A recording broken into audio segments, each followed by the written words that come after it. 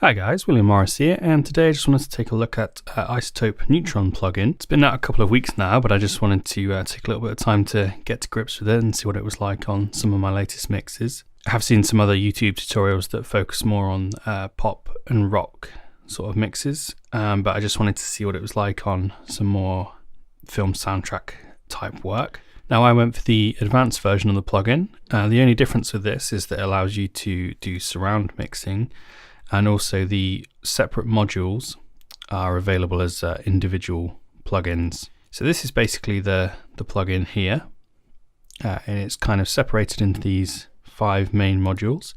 We have the EQ, and then 2 compressor modules, and I think these are basically interchangeable, but the way it's usually set up with a plugin is that the first one tends to be a multi-band, and then the second one is more a broadband across the whole bus. There's an exciter and then a transient shaper. And then we've got our output section where you can have a limiter, and then these are our kind of overall amounts for the plugin as well at the bottom. So like I say, I've been using Neutron on one of my new tracks. I've mainly been using it on the buses rather than individual elements, but I have used a few of those as well. But I'm going to focus on the bus mixes today, and also a little bit on the master bus as well. Okay, so before we get going, I just want to give you an idea of how the track sounds. This is with the Neutron plugins already engaged.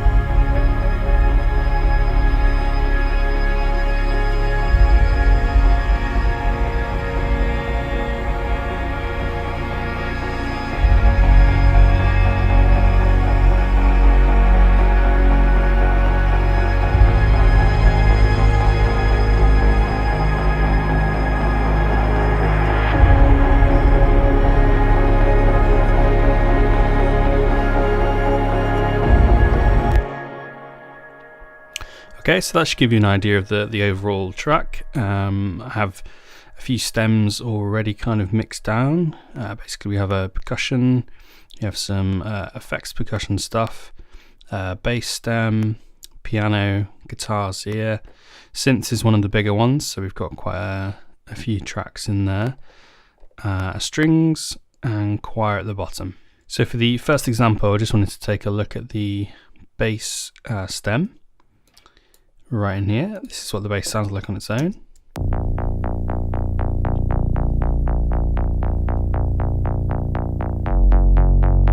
So it's made up of a kind of sub-sustained part, and then this pulse, kind of slightly higher bass part.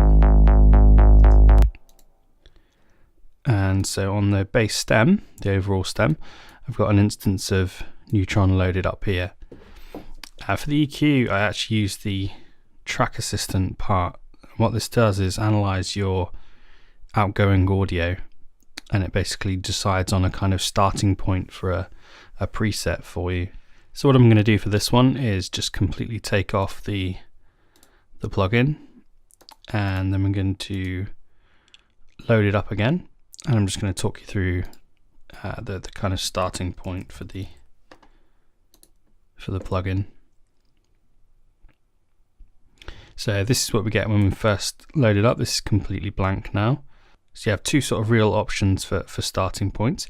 So you can use Track Assistant, which analyzes your audio, or you can use the standard presets from the manager here. And we've got our categories, so there's bass, drum bus, drums, guitar, keys, mix bus, orchestral, and then some post-production and broadcast type things. We've got synths and vocals at the bottom, so there is actually tons and tons of presets to get you started. I think for the type of stuff that I do, the only real category I'd be diving into is maybe the orchestral one a bit, and we've got some nice kind of MIDI brass enhancer and string quartet type presets, but everything else is, I guess, more geared towards rock or pop sort of setup. So I'll show you the track assistant first. Now we can just hit play, and then we're going to hit the track assistant button there, and it will begin to analyze the audio for us.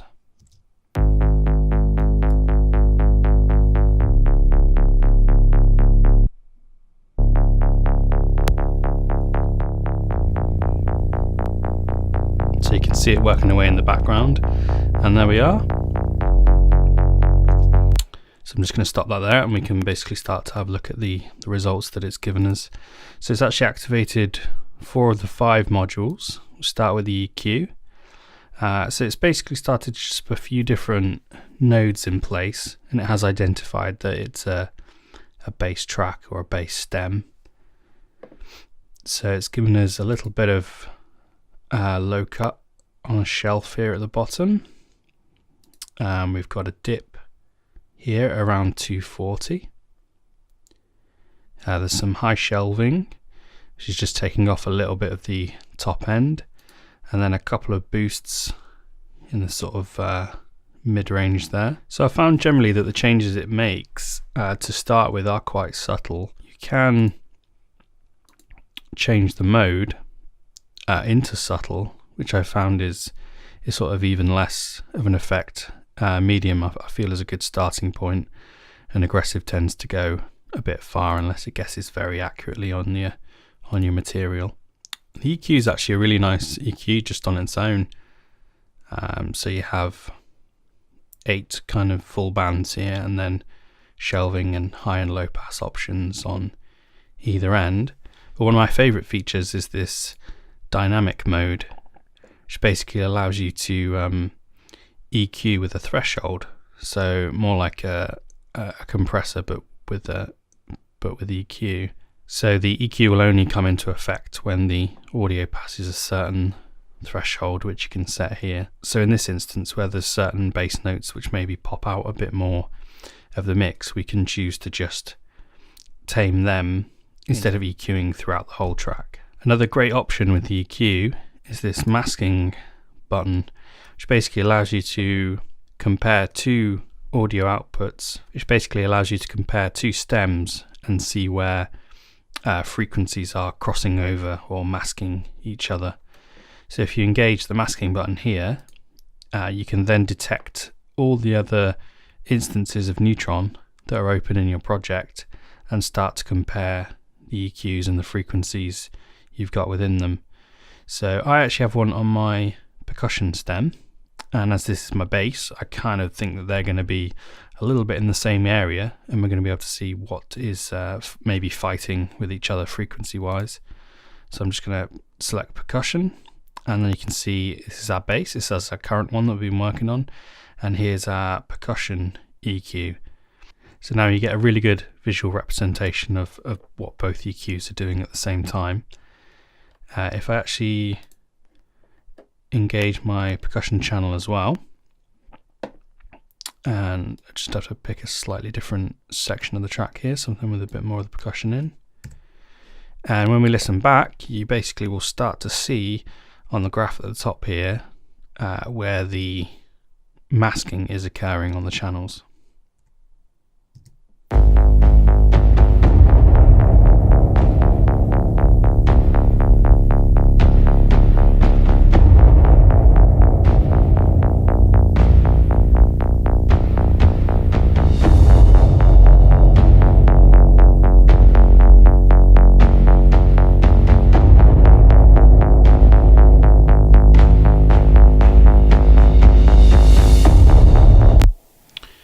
Okay, so we could see there that there's a little bit of masking happening around this kind of 40, let's say 40 to 80 kind of area, and I think that would be why on the percussion channel here I've actually done a little bit of a boost, kind of roughly in that area. You can actually also link the 2 EQs together, which is dead handy. So if I activate 5 on here as well, you'll see that the changes correspond each side, which is really nice. So for example, that little boost we had around 60 or 70, the boost that happens this side will be a cut on the percussion side. So instead of having to boost by maybe 4 or 5 dB, you can just do a couple of dB boost and then a cut the other side. And obviously this is something that, you know, engineers do all the time, but it's just so handy to have it in a plugin format like this where you can do direct comparisons. Okay, so we're going to move on now and take a look at the exciter channel. All these modules, by the way, are also freely assignable in terms of the plugin structure, so you can move your exciter over to the end, or you can put your compressor a bit earlier on, or things like that. So for this exciter module, what the track assistant has chosen for us is a boost here, and then for the low end and kind of mid up to about 4 or 5k here, there's another bit of excitation happening. Basic controls for the exciter are you can add a drive, which adds more excitation in, and you also have a blend between the original and process signal. Then you have this joystick control over the type of excitation, so we can go from retro to tape to tube and to warm, or kind of anywhere in between with a blend. And you can set the crossover point for the excitation anywhere you want, and also add in another channel there if you wish. So the compressor module can be set as individual bands, or it can be set as a kind of broadband just channel compressor. If I take us out of this vintage mode here, this is the gain reduction at the top. So I'm just going to play back the bass channel, and you'll just be able to see it working.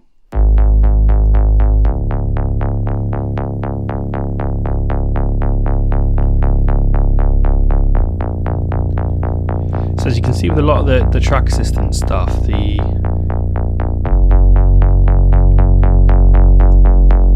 effects tend to be quite on the subtle side.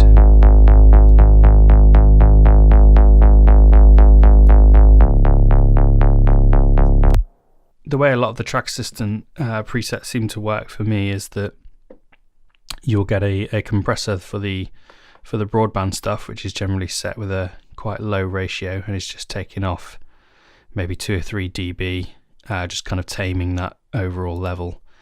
And then there'll be another compressor set up as multiband, which will kind of deal with the details a little bit more. So these are actually completely interchangeable. You can have, one or the other or both. And then the very last module is the Transient Shaper, which I think I'm just going to show you on this low booms channel here, because this is a little thing I like to do for kind of big percussive hits. I'll just give you a listen to the sound of that now.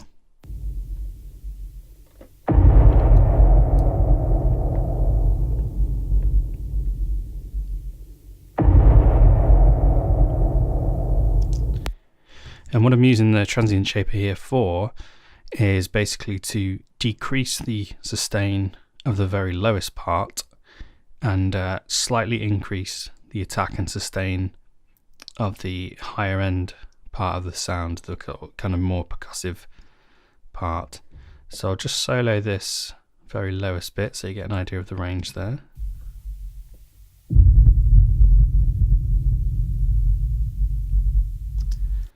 So what you can basically do per band is to take down the attack and sustain.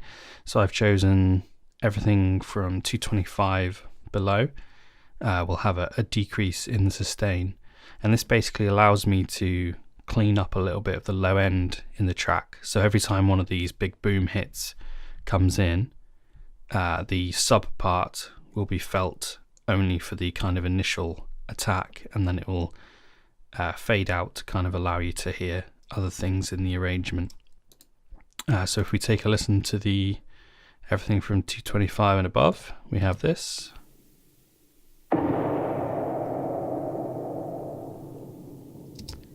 So you can hear a bit more of the sustain and the reverb on that sound, because that's what I want to carry over in the track.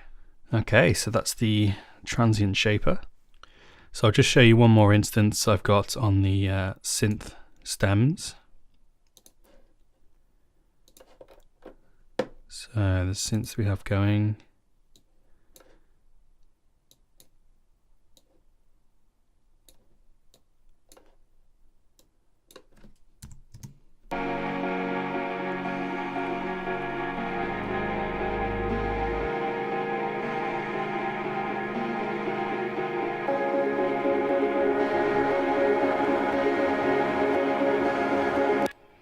So as you can hear, there's a fair amount going on in the synth patch, and there's a lot of things that cover up the same frequency kind of range. And this is the instance of Neutron that I've got available for this one. So I'm just going to disable and enable the plugin. I think the settings I've got for this are actually reasonably close to what the Track Assistant came up with. The nice thing about this is that they really are, I think, starting points. So it just kind of gives you a basic sort of framework with which to try out things and have a bit of a listen and see what works and what doesn't. But it's a nice quick way of getting to that first point. Okay, so let's just have a listen to it first on, and then I'll take it off about halfway through.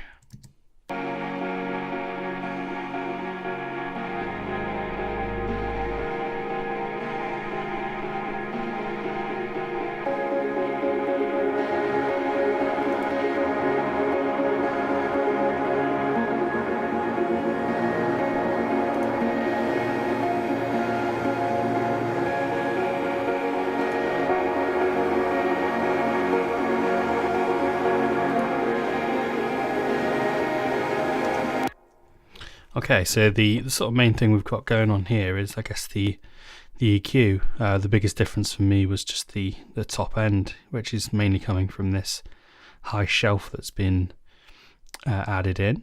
There's also a little notch in the high mid there, just around 1K. And then down at this number 1 point here, we've got the dynamic mode enabled for this one. So as you can probably see, when the plugin's activated, it is actually taking off a tiny bit. It looks like quite a big drop in this area, but you'll see the graph kind of come in under there, which just shows it's actually only taking off a couple of dB really.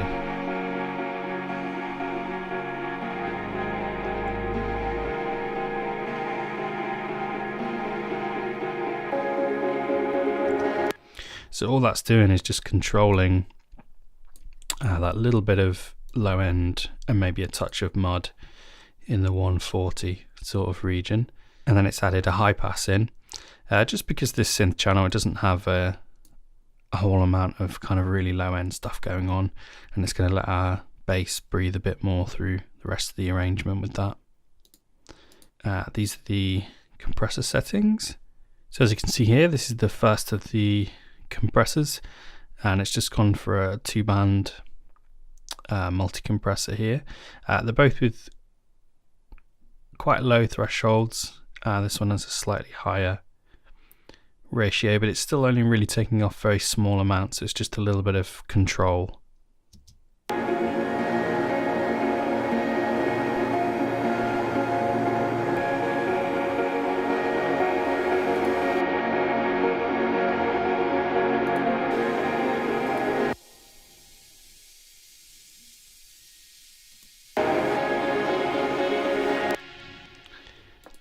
There is no other compressor on here. I think I actually turned this one off because I've already got a bit of bus compression going on from some of the slate stuff. And finally, we just have the exciter on here as well. Again, it's set up with 2 channels, so we've got one that covers kind of the lower end and the low mid, and then one for the high.